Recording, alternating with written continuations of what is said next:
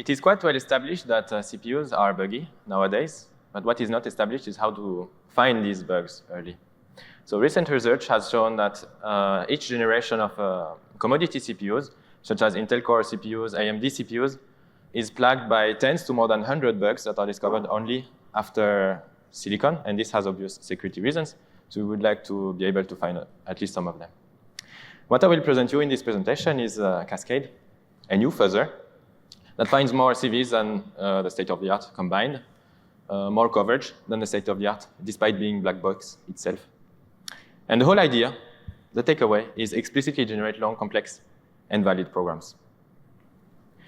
Let's take a step back and look at what inspired CPU fuzzing.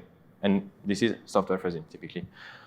Traditionally, software fuzzers generate inputs that are very generic, and then use some techniques such as coverage feedback to adapt to the target software. When we fuzz CPUs, we're extremely lucky, because if you look at all RISC-V CPUs, for example, they all comply with the same ISA. They all have the same structure.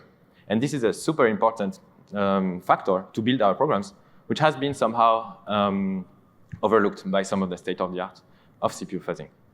On the other hand, software is traditionally based on crashes to detect if a bug was triggered. These crashes might be natural, a direct consequence of a bug, or they could be assisted by sanitizers as well. For CPUs, we are not so lucky, because CPU bugs typically not cause what we could call crashes. And we also don't have sanitizers yet for CPU bugs. So typically, people rely on several variations of differential fuzzing to notice if a bug was triggered. For example, by comparing the behavior of ISA simulator, such as Spike, and the CPU. You give them the same input, and you see, for example, periodically if the registers match. I propose to rehabilitate the notion of crash for CPUs, for CPU fuzzing. And this is one of the key factors why Cascade has been already widely adopted, because this is extremely practical, in addition to the performance boost that I will show you. Let's finally look at the inputs that the state-of-the-art provides, because this is a key factor when you fuzz. You want to have good inputs. So inputs are programs when I look at CPUs.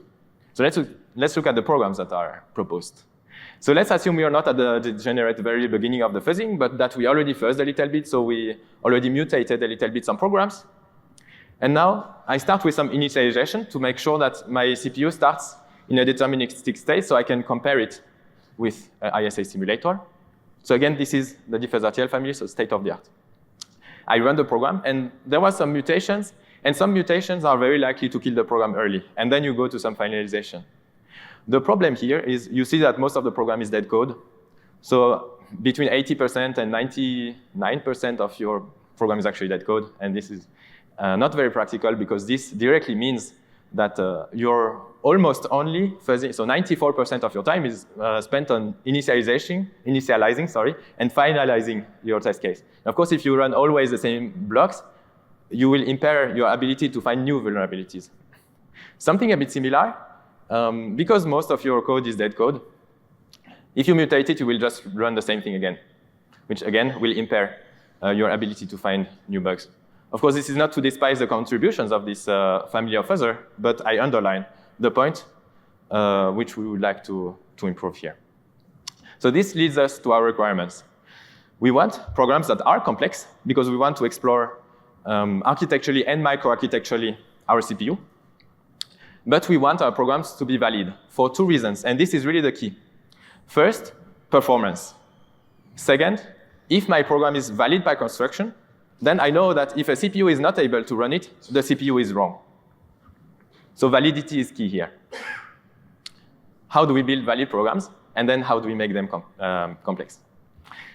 Let's look at a program, very generic. A program is a sequence of basic blocks. So I will generate it. OK, I generate some instructions for the first basic block. OK, I generate my first basic block. I will generate a second one, etc., until I reach some, for example, my target number of basic blocks, or my target number of instructions. Note here that I enforce the order of the basic blocks. So this implies that I enforce the exact sequence of PCs that I want to follow. So from this point on, there is no randomness anymore in the control flow, architecturally. Let's zoom in a basic block specifically. Don't worry if you don't know RISC-V so much. So a basic block is a sequence of instructions where I don't do any control flow changes. So this implies that this branch in the middle should not be taken by our definition of a basic block, and that the last instruction also has to jump to the next basic block. And this is a bit challenging because we want our data flow to be completely out of our control. We just want to throw random data flow instructions with random values. So this sounds difficult to jump exactly to the right place, to make sure that the branch is not taken. So the first extreme that we could say is, look, it's difficult, let's just let the nature do and keep everything random. In terms of complexity, this could be okay in the sense that the state that we explore is very large. Randomness gives you, well, a big amount of stuff that you can explore.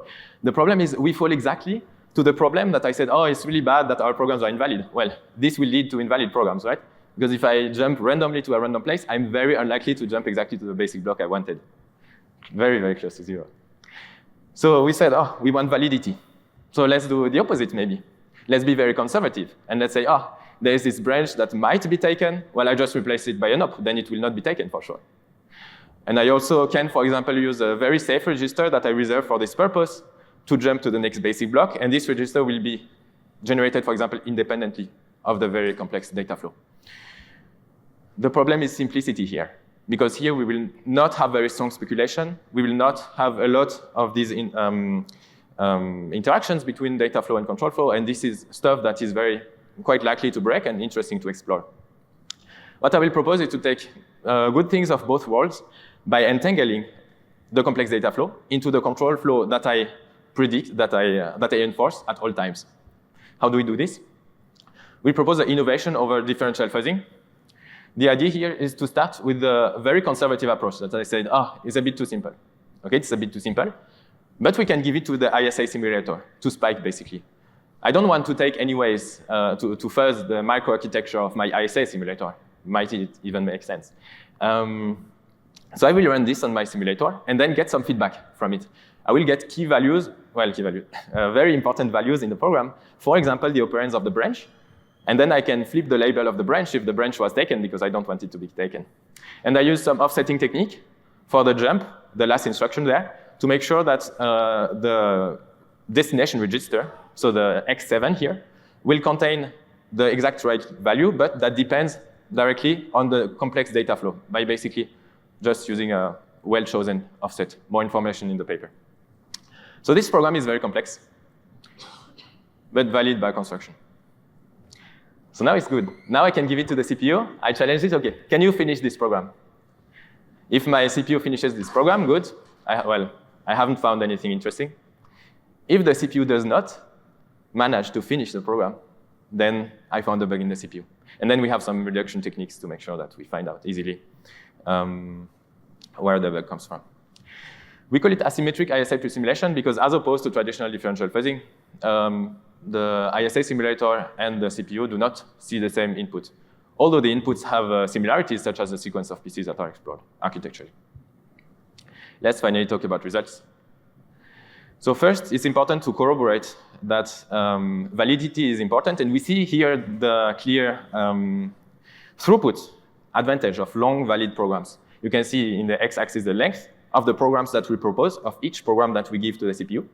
And in the y-axis, note the logarithmic scale, you see the throughput of random instructions. So clearly, up to 10,000 instructions per program, we appreciate long programs in terms of throughput. What about coverage? So Cascade is not coverage-based. It's black box, actually. But we can still measure its coverage on open source CPUs. So we looked at dfuzzRTL, one of the state-of-the-art fuzzers that is open source. And we run it for 48 hours, a bit more. And we look at the cumulated coverage achieved on its own coverage metric, so on control register coverage, as it is called. We do the same for Cascade. And we see that, at least for these coverage metrics, the throughput boost of Cascade creates a boost, also a significant boost in coverage performance. Finally, let's talk about bugs. So bugs do not characterize entirely a fuzzer, but it's still a good indicator of what they are able to find. So we looked at 6 CPUs of different complexities, all complying with RISC-V, but with different bit widths, different extensions. And we found 37 new bugs, including 29 new CVEs in 5 of the 6 cores, and also bugs that were already known. For example, we have so 2 very interesting classes. So the first class is architectural registers that become wrong, so architectural computations that become wrong under very specific microarchitectural conditions. The second is hangs, also very interesting, because all these 3 hangs are reproducible in the lowest achievable privilege level of these CPUs. I will give you an example. So take a VEX RISC-V CPU. So this is some of you might be familiar with them because they are used as soft cores, for example, in some Rowhammer FPGA setups.